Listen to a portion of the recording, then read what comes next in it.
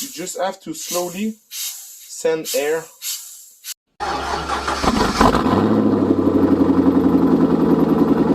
Welcome back to the channel. Today I'm going to show you how I made this kind of air compressed filler to put oil on tight areas. In this case, I use it for my transmission for my Corvette because I have to fill the fluid by the side of the transmission. So with this bucket it works really well. So I use it for transmission fluid, power steering. You can also use it for motor oil or even brake fluid.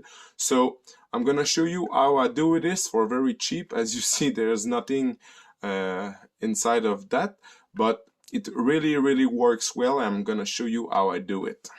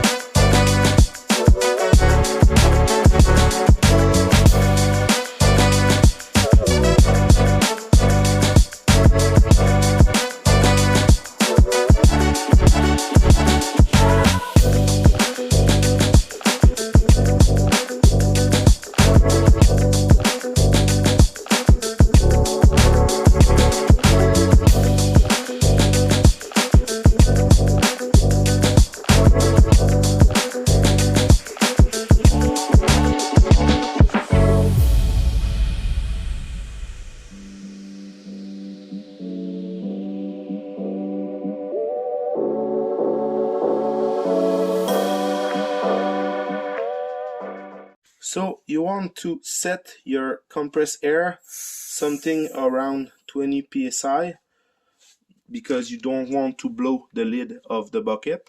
You just have to slowly send air to feed the fluid like you want. So if you like my idea, please leave me a thumbs up, share, subscribe.